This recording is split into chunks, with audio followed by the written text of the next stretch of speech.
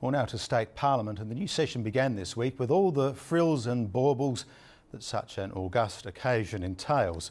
For the Weatherill team, it's a symbolic break with the Rann years. For her part, Liberal leader Isobel Redmond says it's now time for her team to show that they are the alternative government. I spoke to Ms Redmond earlier today. Isobel Redmond, welcome to 7:30 South Australia. Always a pleasure. What did you mean when you said that the Liberal Party can't wait for Labor to fall out of office? Well, what I was getting at was the fact that some people think that just by sitting back and waiting, the Labor Party is performing so badly they will simply lose office. Are they members of your own party who are thinking that? Not parliamentary members, but other members of the party at large sometimes suggest that it's just a matter of waiting, and I don't take that view. I think that we have to show ourselves to be very much a viable alternative government.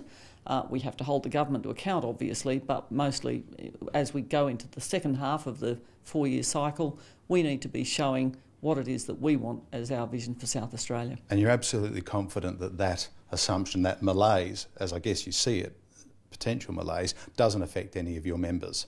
Yeah, look, the parliamentary team, I think, has been for the last 2.5 years working very cohesively, in spite of attempts from Labor to try to make out that there's leadership challenges and so on. Well, obviously somebody on your side has been speaking about that.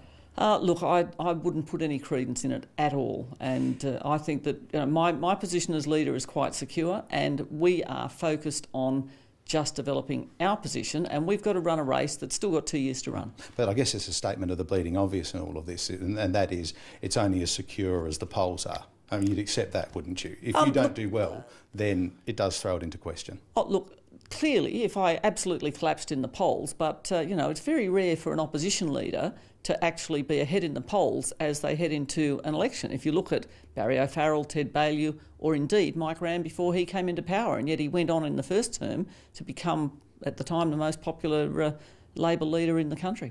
Back to this point that you were making about being seen by the electorate as being really serious, not taking stuff for granted. How does that fit with the decision not to contest either Ramsay or Port Adelaide? Well, of course, that's not the parliamentary team that makes the decision, but the decision, I think, was quite well based. The fact is that neither of those seats fell to the Liberals, even in the face of the State Bank disaster. The polling done by the Liberal Party showed that the best chance for an independent to get up was if we didn't run. If we run, the problem is we come second and the independent then doesn't get the chance. But you made the argument yourself. There was no chance that government would fall on these by-elections, so therefore you've missed an opportunity to talk about yourself, to talk about your vision. Port Adelaide could have been about lots of things. It might have been that Kevin Foley is so unpopular that people, even with him gone, couldn't wait to give him a kick. Or it could be that they loved him so much they're heartbroken that he's gone. But the one thing that it wasn't about was you and the Liberal Party. That's right, and it will be about us and the Liberal Party when we come up with a very marginal now seat in Port Adelaide coming into the next election. At the election, of course, we will run a candidate in Port Adelaide, but I'm very satisfied that things worked out exactly as we expected them to. The government got a significant kick, and without us even having a candidate there. So I think there is a fair amount of angst about this government. Do you think you've still got momentum? And by that question I mean, are you still attractive to people who couldn't abide Mike Rann now that there's Jay Weatherill? Several parts of that question. First of all, I can't judge my attractiveness to the population. All I can do is be myself, be working as hard as I can, particularly put out the Liberal message and to make sure that people understand how much damage this state has been done by 10 years of Labor government, 12 years by the time we get to the election. Your attractiveness is important and you must, I would have thought, think about it. So are you still as attractive compared to Jay Weatherill? Now that I'm up against Jay Weatherill, look, I think that the electorate will soon recognise. I always expected Jay would become Premier. I always expected he'd get a bounce in the polls. I think people will soon recognise that he is Mike Rann in a different suit, and that although he's a quieter, very smiling, personable person, the reality is that this state needs better government than what he's going to be providing, and that we can provide that.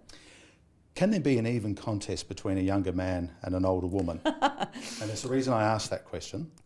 Look, I think that people don't necessarily look at me as an older woman.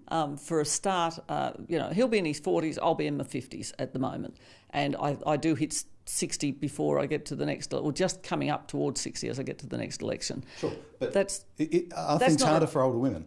I don't think I'm an older woman. I think I'm a woman. He is a younger man. I'm a woman doing a job. And I think the experience that I've gained in all the things I've done in my life leading up to this point have well equipped me to take this on. I still have the energy, I still have the perseverance and the drive to get there, and I think it's important for this state, and I will give it everything I've got. But I'm not being mealy-mouthed about the question. It is my question, but I've asked it for a reason, and that is both Mike Rann and Michael Atkinson have made a point about your age. They have done that for a reason. They are political animals. It says something about how they see voters. They may be right. Look, I think that they are actually denigrating people of any age when they start playing that card, and I think there's a big risk for them in doing it. If they want to say that everyone... The card is being played. Oh, look, I've always expected that they would play it as soon as they changed. You may recall prior to the last election, Mike Rann was at pains to say that he and I were the same age, and he wasn't going anywhere, remember? He was going to stay until the whole of the 2014 time was up. Suddenly, when he goes, then they start to play that card. And the reality is it is just a political ploy.